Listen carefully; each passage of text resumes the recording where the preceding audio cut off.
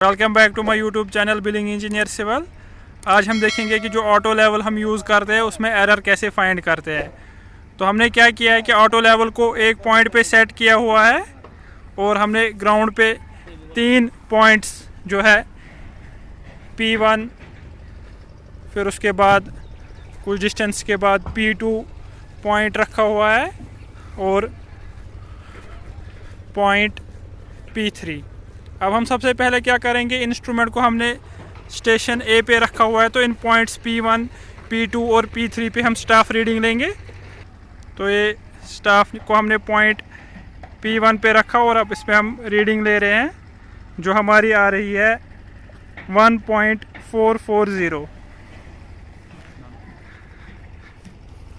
अब हम point P2 पे जाएंगे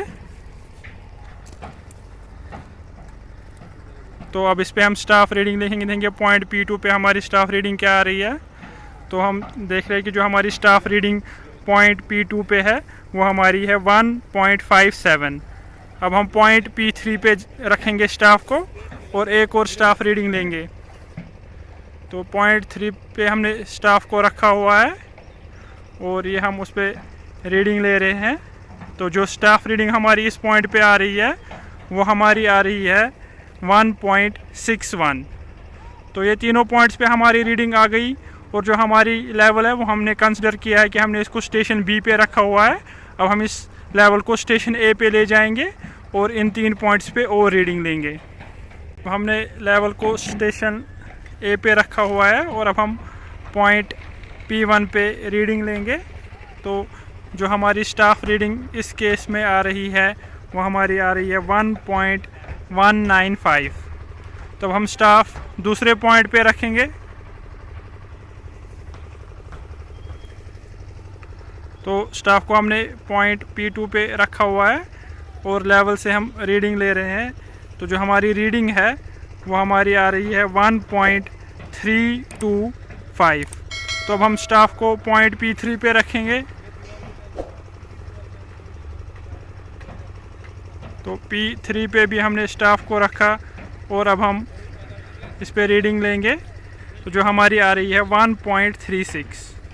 तो अब हमने स्टेशन ए से भी तीनों पॉइंट्स पे रीडिंग ली और स्टेशन बी से भी तीनों पॉइंट्स पे रीडिंग ली। तो हम कैलकुलेशन पार्ट पे चलेंगे और हम चेक करेंगे कि हमारा एरर कितना आ रहा है।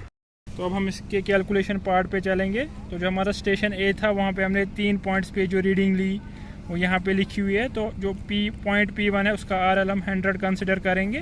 तो जो HI हमारा होगा वो हमारा होगा RL प्लस स्टाफ रीडिंग। तो हमारा आ जाएगा 101.195।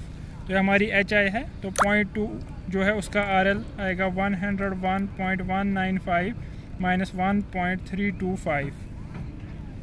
तो जो हमारा इसका RL आ रहा है 99.870 और जो पॉइंट P3 है उसका RL भी HI माइनस 1.36।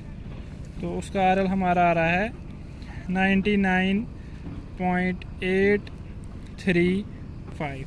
तो अब फिर हमने इंस्ट्रूमेंट को स्टेशन बी पे भी रखा।